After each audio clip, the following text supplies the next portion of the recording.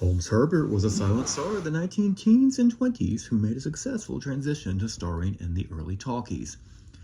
But after a few years, he more or less transitioned to character work and later B-movies. Why? Join me as I investigate. Holmes Herbert was born as Horace Edward Jenner in 1882 to Edward Henry Jenner and his wife.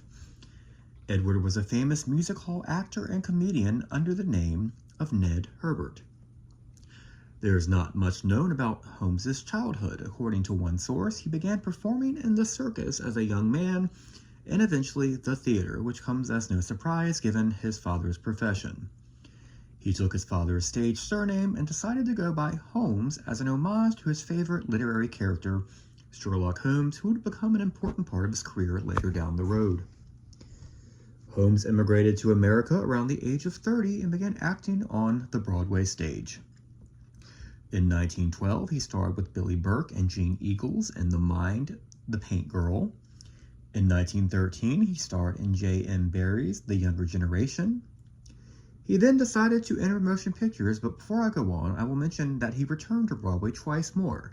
In 1916, he starred in Just a Woman with Josephine Victor, and in 1917, he starred with Mary Boland in The Case of the Lady Camber. Interestingly enough, he was credited in all of his Broadway shows and some of his early motion pictures as H.E. Herbert. Holmes made his motion picture debut in 1915, starring in His Wife at Tannhauser, which also starred Geraldine O'Brien.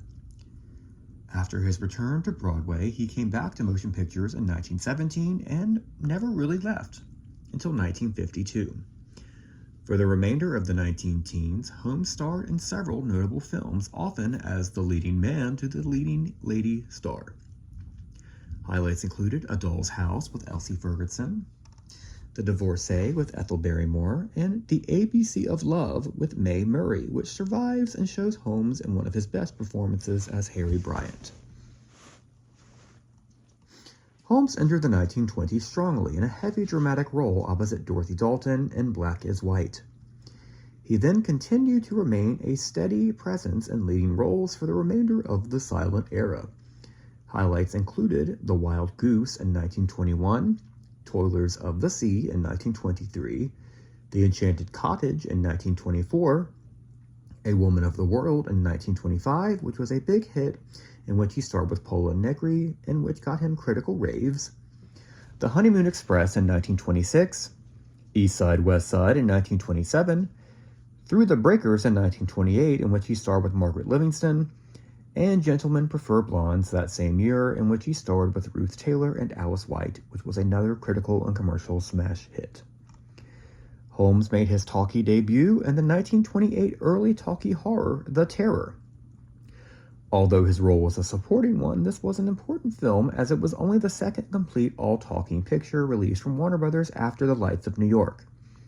It also got him an excellent review in Variety, especially for his voice, which comes as no surprise with his stage background. 1929 was another important year for Holmes in the talkies. He had strong supporting roles in careers with Billy Dove, Madam X with Ruth Chatterton, and was top billed in the Universal partial talkie thriller The Charlatan, in which he played a fortune teller who was actually a man in disguise who is seeking revenge on his unfaithful ex-wife, who happens to be one of his customers. He then also starred as Sir Roscoe Crosby, in the talkie film adaptation of the hit play The 13th Chair, a wonderful murder mystery that also starred Conrad Nagel, Leela Hyams, Margaret Wycherley, and Bela Lugosi. Although he had been the major star of a few successful talkies, Holmes more or less entered the 30s as a reliable, popular, and outstanding character actor in major supporting roles for a number of years. He did still have a few leading roles here and there, including an excellent turn as a very mean boss to Claire Windsor in the 1932 movie Sister to Judas, and starring alongside several other greats like Henrietta Crossman and Natalie Moorhead in the 1934 mystery The Curtain Falls. But as I said, Holmes spent the majority of the 30s as one of the most popular major supporting players in a number of successful major motion pictures. Highlights included playing Dr. Lanyon in Dr. Jekyll and Mr. Hyde in 1932, playing Dr. Rasmussen in 1933's The Mystery of the Wax Museum, playing Captain Gardner in Captain Blood in 1935, playing Sir Carol Warburton in the 1935's The Mark of the Vampire, and playing Sir Roscoe Crosby again in the 1937 remake of The 13th Chair. From the late 1930s through the early 1950s, Holmes continued to appear periodically in major supporting roles in A pictures, but also appeared quite often in the same type of roles in Poverty Row B pictures, with an occasional bit part in A pictures here and there as well. But as usual, every role he played was an outstanding one, no matter the size. Highlights of his work in this period included British Intelligence in 1939 with Boris Karloff and Margaret Lindsay, The Mummy's Curse in 1944, Jealousy in 1945, and Post Office Investigator in 1949.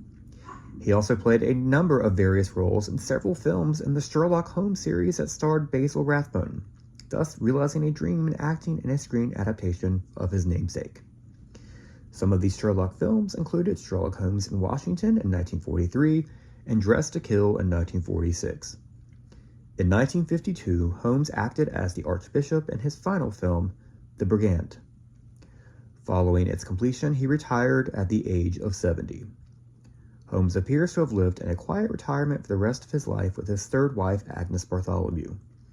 Agnes passed away in 1955, and Holmes passed away in 1956 at the age of 74. So we are left with the question, why did Holmes Herbert slip into B-movies and character work after a successful start in the talkies? Well, I think the most logical explanation is his age and appearance.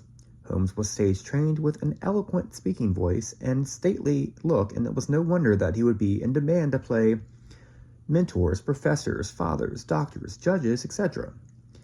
But being an extremely versatile and capable actor, Holmes could play a major role when such a role in his age range appeared, such as 1932's Sister to Judas. Another explanation could be that Holmes technically was always a character actor. Even when he was a leading man, his roles were always character in nature. He was such a chameleon that he could play any type of character, whether that character was the lead, a caring father, or a regal man of society. There was no role that Holmes Herbert wasn't capable of playing and making memorable, and for that, he is a true legend. I must thank my sources for this episode: Travalanche, the Internet Broadway Database, Find a Grave, IMDB, and Archive.org, and the Media History Digital Library, further digitization of moving picture world, motion picture news, and variety. Please like and subscribe or follow this account if you want to learn more about the history of silent film stars whose stardom lasted only briefly in the talkies. Up next, join me as I investigate the silent Talkie career of Ruth Hyatt. Thank you so much for joining me. Have a great day.